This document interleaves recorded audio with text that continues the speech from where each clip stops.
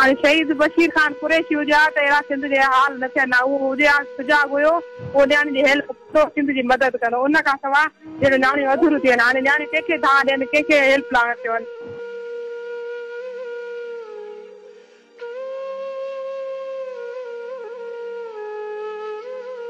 सभु त का वार थी न आहे उन थोरो सिंधी सुजाॻ हुया। हाणे सिंधी सुजाॻ आहिनि अलाए किथे आहिनि भाऊ सिंधी ॿाहिरि किथे आहिनि जो न्याणी जी मदद कनि।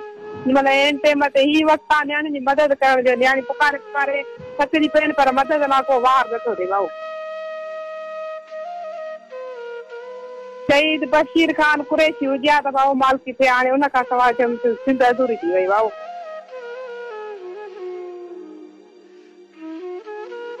हेल्प सां थिए हा, मदद सां थिए हा। हाणे अलाए घणा ॾींहं थी विया आहिनि, जहिड़ो महीनो थी वियो आहे का वापसी नथी थिए सिंधियुनि जी। बच्चा बुख ते वेठा आहिनि, बच्चा बीमार पिया आहिनि, मुड़ुस बेरोज़गार वेठा आहिनि, वञनि था रोज़गार कढनि था त पुलिस डंडाणी भॼाए थी।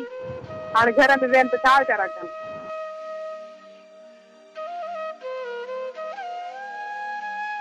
मुंहिंजी भेण शहीद बशीर खान जा फॉलोअर बि तव्हांखे ॾिसनि पिया ॿुधनि पिया। तव्हां शहीद बशीर खान जो नालो वरितो आहे ऐं शहीद बशीर खान जेको सिंध ऐं सिंधियत जे नाले ते क़ुर्बान थी वियो आहे, अवां उनजी उनखे यादि कयो आहे त शहीद बशीर खान हुजे हा त शायदि जी भाऊ बाक़ी उहो हुजे हा त हिन महिल असांखे अहिड़ा ॾींहं न ॾिसणा पवनि हा।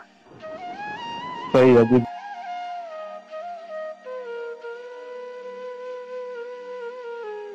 सिंधी ॿाहिरि बेरोज़गार वेठा आहिनि, ॿार बच्चा जहिड़ा आहिनि बीमार पिया आहिनि, खाइण लाइ कुझु कोन्हे। रमज़ान जो महीनो आहे त सिलेम वारी चांहि कारे हुन ते रोज़ो खोलियो था, हुन ते रोज़ो रखूं था।